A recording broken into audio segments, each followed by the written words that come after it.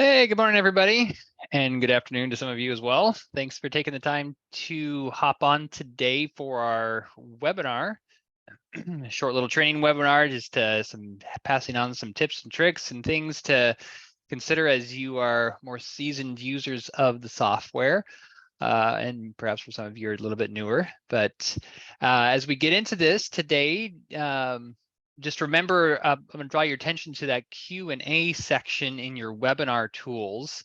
There's an opportunity there for you to put in questions. And actually, we've got Jacob with me, one of our support guys. So he'll be especially monitoring that as well. So if there's questions that we can answer live, we'll do that. And then we'll also just even answer some of those questions offline, and then you can even follow up. So feel free to put questions in, even if they're maybe not even fully related to what we're talking about today. Really just trying to provide a venue and opportunity for all of you guys to get answers to the questions that you're needing, and help you get more proficient at the software or find better solutions. So that's just the goal in all of this. One quick note as we jump in, this is really maybe a little bit reverting back to some of last week's topics, but I just kind of realized this morning, it's like, hey, I never really actually touched on that. Another hotkey concept that's available. And that's related to actually plies of segment lines. So you can see here, I've got my garage header here, and on your keyboard, on the number pad, if you use the plus or the minus buttons, you can actually add plies or take away plies just by toggling those keys. Like I'm just hitting the plus button or the minus button on my keyboard to change those plies. So in case that's handy to you, you can keep that in mind, that that's available. So today I wanted to kind of focus our attention a little bit more toward navigation around your project and flow of work, in a sense. So going to start by just touching a little bit on some viewing capabilities that maybe you're not aware of. One of them relates to over in the pages list here. So if you have a particular page that you just want to be able to see over off on the side, maybe on a separate monitor, or or depending on what kind of monitor size you have above or below it, you can come to the pages list and you can right click on a particular page here. So like I'm going to come to my sections page right here. So like I'm looking at this page, and maybe I want to have this somewhere else and just be able to view it. I can right click on that page and I can choose the option here for view this page in a separate window.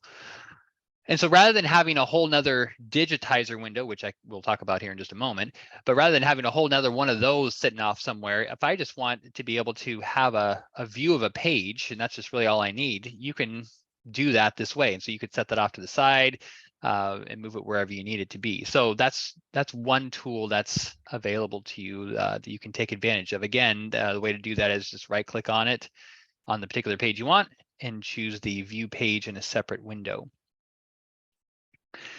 Then moving on from there, you have the ability as well, in addition to just viewing a page, you can also have a whole separate digitizer window. So I'm going to come here to this button right here, open an additional digitizer window. So I can click this and I can get just that, a whole nother digitizer window, complete with a pages list, takeoff items list, all the tools and everything else. And again, something I could set on a different window. I can be on a different page.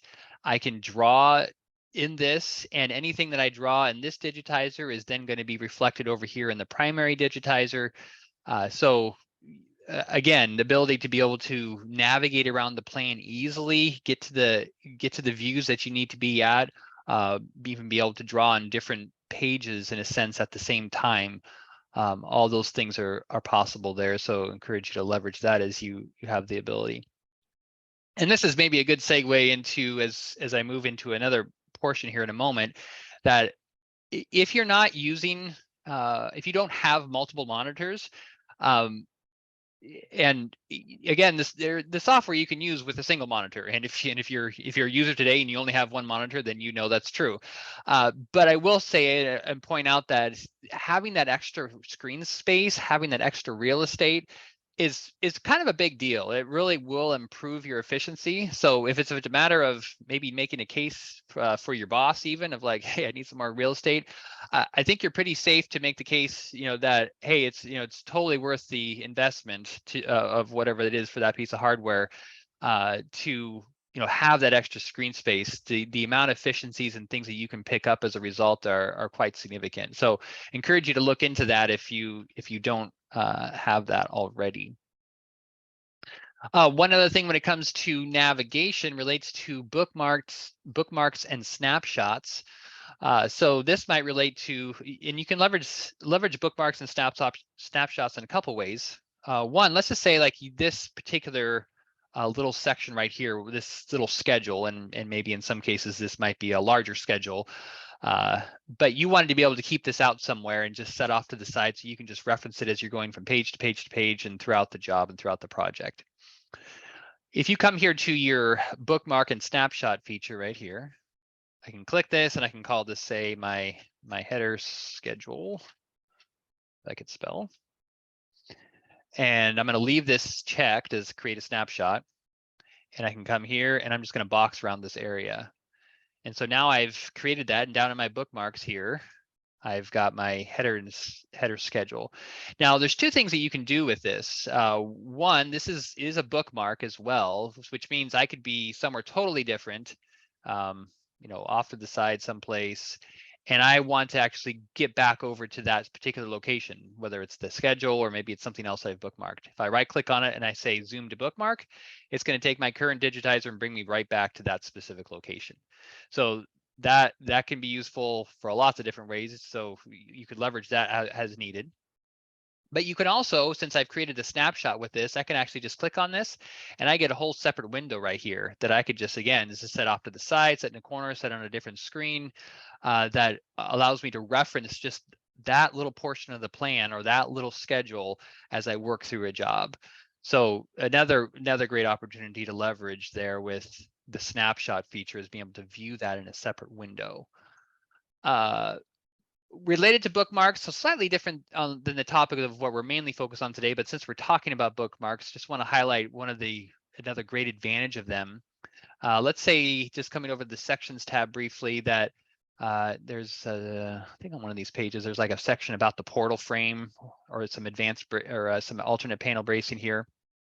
Let's say that we wanted to actually, this was maybe in your market, something about this was a little bit different, something was a little bit more unusual what was being called, and so that led to some other material that you had to call, and you really wanted to just be able to reference this in a note and actually put this right in, clearly in front of people. So I can come here again to my bookmark feature, and I'm going to capture my portal frame and just box around this. Okay, so we've got that now. And now I'm going to come over here and I've already, and so this is another huge thing is the note feature. We're not really going to talk about it today, but I've got a note here, but pretty cool note feature if you're not familiar with how the notes all work with reports and everything. But I'm going to click on edit note. So I've got my little portal frame notes and I could write a whole bunch about it, but now I can choose to add image, and any of the captures that I've made with those bookmarks, I can actually select that and put that as an image on this page. Click save. And so now if I was to hit Control P and just take a look at the report, here's my note, and then that's even that image that it was captured directly from the plan, and so it's right there on the notes page, going back out to the customer, to the contractor, to the salesperson, whoever it is that you happen to do your work for, to be able to communicate that clearly. So another great tool to communicate more effectively.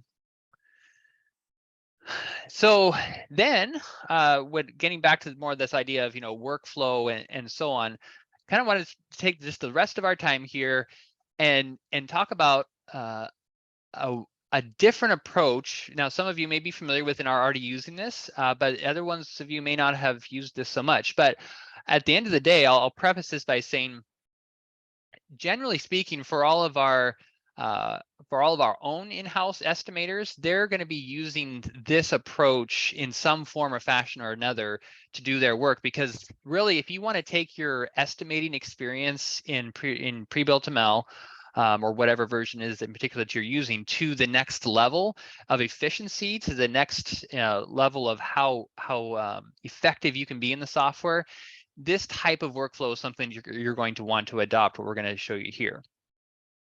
So specifically what that is the first step is that you're able to drag out the plan tab here. So over here on the left-hand side, you'll see the plan tab, have it highlighted, and I can actually click and drag that entire plan and drop it out. So I'm going to drop it off to the side here. And so I'm going to change now. I'm kind of working with a single screen here that I'm demoing on. So this is not going to be as elegant as it would be if you were using 2 monitors and had all that space in the world. But you can imagine, though, I have these 2 things side by side. I have hopefully on 2 different screens. I've got now my plan, and I've got my my list. Now, more than just being able to see them at once, there is again, like I was referencing, there's a whole nother kind of workflow here. So for example, let's say then I'm going to come over here in my plan tab over to my main floor, and let's say that I've got some, in this case, I haven't done my garage walls yet. So here's my garage walls.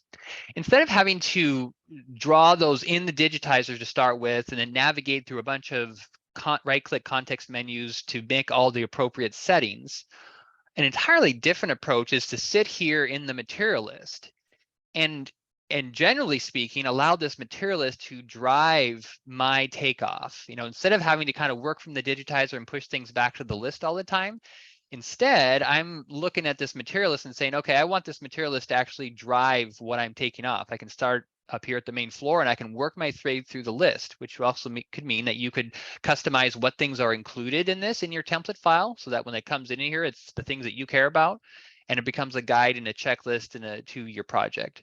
But I'm in the main floor here. I'm going to come here to my wall assembly and I'm going to say, yeah, my garage walls, those happen to be 10 foot on this project. They're going to be sheathed. So I'm going to click into this second field here since this is the sheathed length. And now I can say, hey, I want to go measure this. And so I'm going to come up here to this measure command. Since I'm focused here on my sheathed, come up to the measure command, which also happens to be the keyboard shortcut of Control M. I'll click the button. And when I do, if I come over here to the digitizer, you can see I'm already actively ready to draw, and I can trace through any of those garage wall areas that I want to capture. When I escape or right click out of it, you can see then that I've picked up over here. Here's my garage walls up here. It's already labeled as a 10-foot wall assembly. It's a 6-inch garage sheathed. It's tied in over here to my material list, and I'm just done. So you avoid a whole bunch of extra clicking and moving stuff around in order to actually get to what you need. Similar to that is instead of working out from the material list from here, and actually, we'll just make one other, before we move on from that, we'll just make one other comment. So this is true again for not just wall assemblies, this is true for anything in here. So let's say that I had some additional porch posts that I wanted to call. I could come to a new porch post line item right here. I could click in, pick my product that I want, say a 4x4. And again, I say now that I'm focused in the input field, I say I want to go and measure. Click the measure button. I'm over here and I can actually just click these porch posts, wherever it is that I want to put them.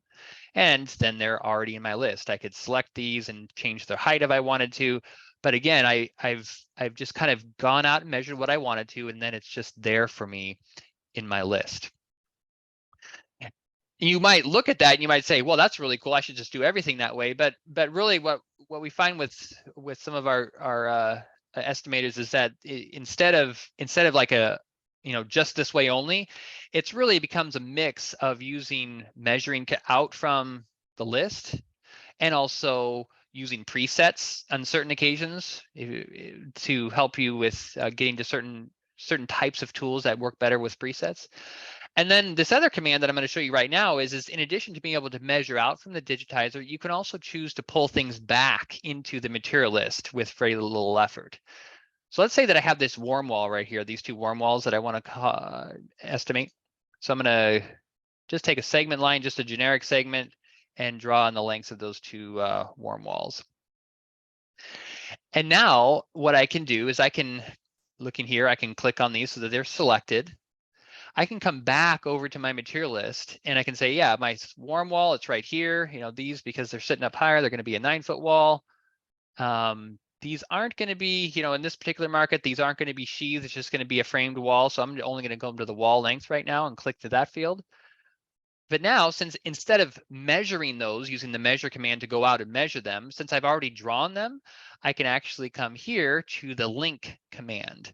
So the link command is basically saying, take whatever is currently selected in the digitizer and tie it right here, you know, basically associate it with this item right here. So I'll click link, or Control L would also work. When I do, you can see the 35 feet that I measured comes in. If I click back over here to the digitizer, you can see here's my warm wall, 9-foot wall assembly, 6-inch warm wall unsheathed. It's all right there. It's all linked in, all tied together. So both measure and link, great ways to be able to leverage the idea of working out of the material list or working back into the material list. Because keep in mind, as again, y'all you're likely familiar with, at the end of the day, it really doesn't matter what you have drawn. The digitizer doesn't so much matter as far as what makes it to your report. What matters is what is actually in the material list. Now, most of it happens to end up being linked to the digitizer for probably most of what you're drawing. But at the end of the day, it's the material list here in the project tab material list that matters. So again, there's some thoughts there for you to take with you. Maybe you're using that today. If you're not, I'd highly encourage you to look into changing your workflow to encourage that. Hopefully you have multiple screens that you could do that with. It is an investment. If you're used to the other workflow, it is an investment to kind of get used to it, but I think you'll find that it's worth the change, the amount of time and the efficiency that you'll pick up. As a result, it's worth looking at that alternate approach. We'll leave the Q&A question section open there. If you want to throw a question in there, whether it's related to some of the things we discussed, or if it's just something else that you wanted to pull up, feel free to do that. So that's most of the topics that we were going to cover today. So thanks for hopping on. We'll post this. Oh, it looks like there's a question actually here about the plies. You know, how can you use the shortcut key for plies? So let's come down here to our garage header. And so that shortcut key really is just the plus and minus keys on your number pad. So if you have like a 10 key number pad on your keyboard, so I'm going to select this header, and I'm going to hit the plus button, and it's going to continue to toggle up until it hits 7 plies, and after that actually cycles all the way back down to the 1 again. So you can cycle through those, or the minus key will take them off. So that's just a quick shortcut key. And since we're back over the material list, one that you might have seen me used here in the demonstration today, another couple of handy shortcut keys over here, if you're going to start to work in the material list more. To duplicate an application, you can do right here, Control-Shift-D. So if I just select an application like header, if I just want a whole nother header line item, I can do Control-Shift-D.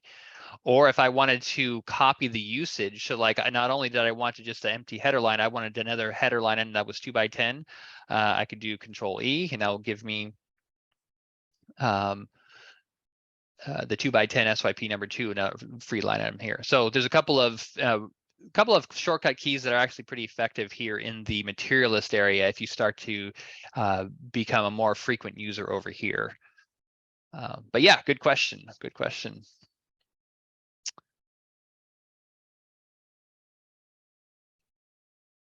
All right. Well, like I said, we'll leave the Q&A open here just for a few minutes more, or another minute or two, and you can throw some questions in there yet.